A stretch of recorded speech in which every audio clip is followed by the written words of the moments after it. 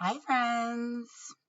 Do you guys remember a few years back when people used to say YOLO for you only live once and they would do something really stupid right afterwards? It was a thing, it was like a trend. Well, today we're going to talk about why, thank goodness, people aren't really doing that anymore because it was the most short sighted catchphrase as humans we've ever come up with. And we're going to talk about why.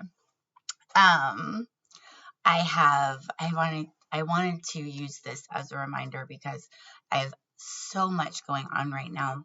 There's live videos to make and haven't been able to get to any of them this week because not all, but most of my chronic illnesses are kind of wanting to show off all at once, like they do sometimes. So it's been kind of a rough week. It is what it is. And this is my body. This is what I have to work with. And I was so upset. I sat down 2 nights ago, and I just, my brain was so foggy. I hardly move. And I went to record and just nothing came out. That's just the fog. That's a part of it. Um, and I was walking around the house yesterday, or maybe it was the day before, and one of the girl, or Billy Joe, she's the only other girl here. um, I was walking, and my gait becomes very different when I'm in a flare when it comes to fibro, CFS, Raynaud's, and any of that. And I look like I'm in a lot of pain when I'm walking around. And I could see her like watching me kind of move around the kitchen a little bit. And she's like wincing a little, like, how you do with, we have empathy. So we see someone else get hurt. It's like, oh, like hurt. I could see. So I made sure, and she's amazing, salt of the earth type of woman, just amazing. I don't have enough good things to say about her. I have all the good things to say about her. That's what I mean. But I was like very assuring to her, like, I know that it looks like I'm in pain. I'm not. I'm not in pain. I don't want you to feel bad for me in that manner. The only reason that my movements are so robotic right now and it looks like I'm in pain is because it doesn't hurt. It's just difficult to move. When all of these conditions act up at once, it feels like the Tin Man before he got oil. That's what my body feels like. It feels like I've all of a sudden gained 1,000 pounds. Even sometimes my eyelids are too heavy to just open.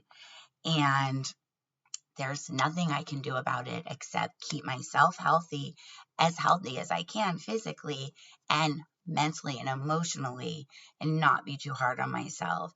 I'm usually pretty good for the first couple of days during these flares, but by the third or fourth day, I start to get kind of upset, and understandably so. It just takes you from your life, and it is chronic illness, and it's not something you can really see outwardly unless we live together.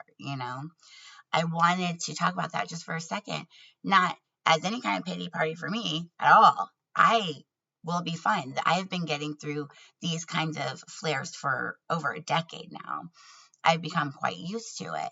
But I do think it's a good reminder that there are illnesses that are invisible that you can't see. For many people, that those look like more emotional or mental illnesses, as they would call, such as anxiety, PTSD, blah, blah, blah. You never know what someone else has going on inside of them. What I'm speaking of are physical conditions that are never going to go away. So it's a little bit different, but it's the same. It parallels in the way that as human beings, there are times that we're going to have this, well, in cognitive behavioral therapy, we call it appearance bias, where you look and your eyes and brain register that everything looks fine, so this person must be fine. That's not always the case. So be easy on each other, be easy on yourselves.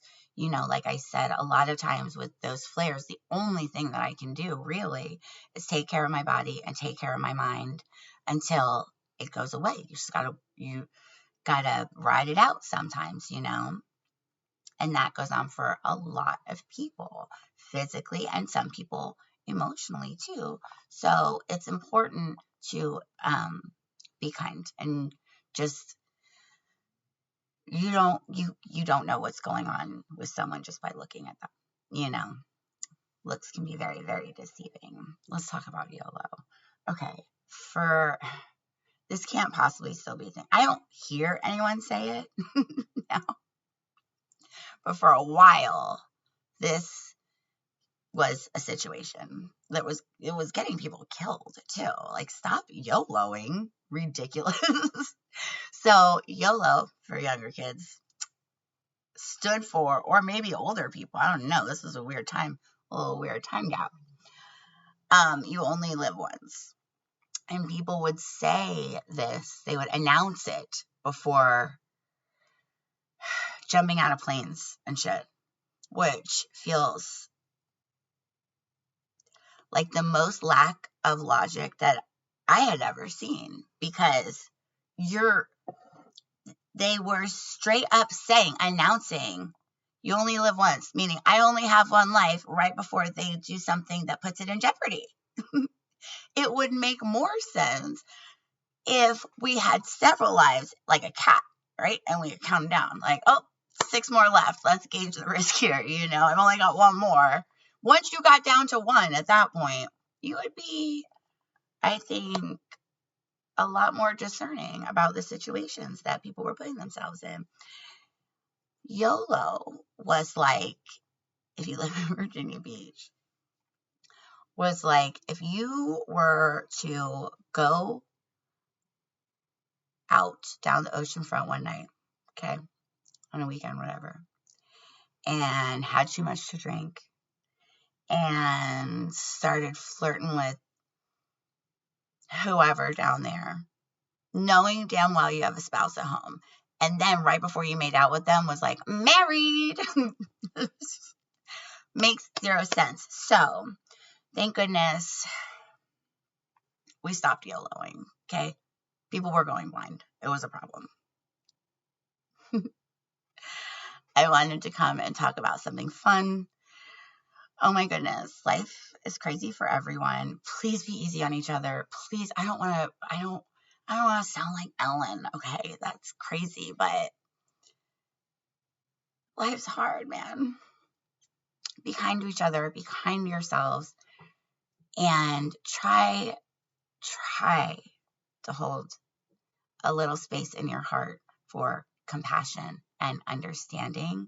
Try to push that judgment out a little bit, because the truth is, I'm going to tell you something my daddy used to tell me. He was right.